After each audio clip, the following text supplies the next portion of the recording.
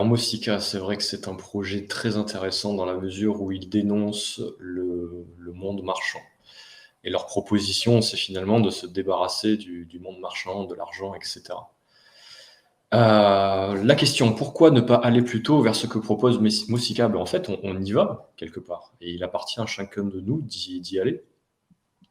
Mais la mise en place et surtout la modification des mentalités est un long processus, à mon sens.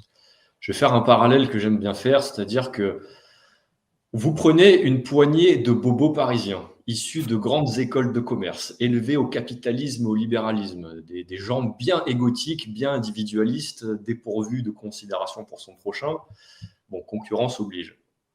Eh bien, vous les envoyez dans un écolieu, où le partage, la bienveillance et le don de soi sont au cœur du fonctionnement de cette micro-société.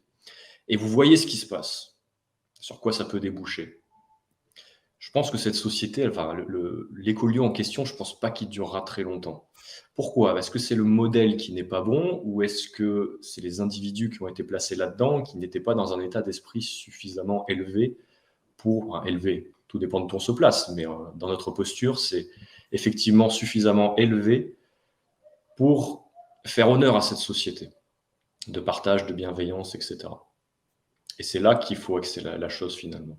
Ce que propose Mosika, c'est très bien, mais aujourd'hui, si on ne se lance pas tous, sans évolution de l'état d'esprit général, Mosika et consorts, ça ne peut qu'être considéré comme des projets totalement utopiques.